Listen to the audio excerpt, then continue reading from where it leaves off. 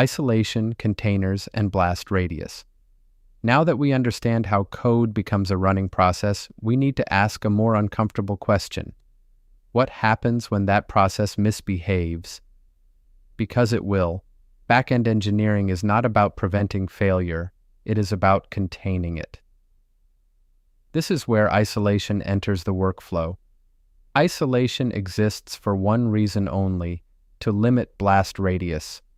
If one process crashes, leaks memory, or is compromised, how much damage can it do before it is stopped? At the lowest level, isolation starts with privilege separation, which you already saw. Your process runs with limited authority. It cannot touch hardware. It cannot access arbitrary memory. It must ask the kernel. But privilege separation alone is not enough. Processes also need to be isolated from each other. By default, a process should not see other processes, interfere with their files, or affect their resource consumption. This is why modern operating systems provide namespaces. Namespaces are not virtualization. They are controlled lies. They give a process a restricted, curated view of the system, a limited process list, a restricted file system tree, isolated network interfaces. From inside a namespace, a process believes it is alone. This is the conceptual foundation of containerization. A container is not a new type of application. It is still just a process. What makes a container special is that it runs inside multiple namespaces, it has enforced resource limits, and it follows stricter isolation rules. This is why the statement, "A container is like a VM," is misleading. A virtual machine virtualizes hardware. A container virtualizes visibility and authority. Why does this matter for workflow? Because containers radically change failure geometry. Without isolation, one bad deploy can corrupt shared state. One memory leak can starve the entire machine. One compromised process can inspect others.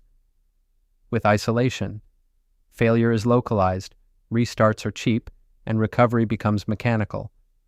This is what enables modern deployment practices: frequent releases, fast rollbacks, parallel services on the same host. But here's the trap senior engineers fall into. We use containers, so we're isolated. Containers reduce blast radius. They do not eliminate it. All containers still share the same kernel, the same physical machine, and often the same failure domains. Understanding this prevents dangerous overconfidence. Mental models, what must stick.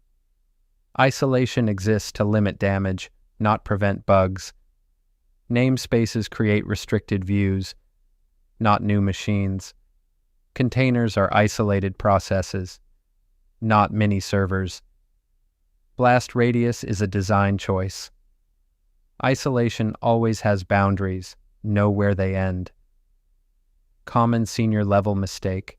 It's safe because it's in a container. This sentence has caused countless outages. A container protects you from accidental interference, some classes of failure, operational mistakes. It does not protect you from kernel bugs, noisy neighbors, misconfigured limits, or systemic design flaws. Why this matters for workflow isolation is what makes frequent change survivable. Without isolation, workflow must be slow and cautious. With isolation, workflow can be fast and iterative. Every decision later in the pipeline, CI/CD rollout strategy, assumes isolation is working. If it isn't, your workflow is lying to you.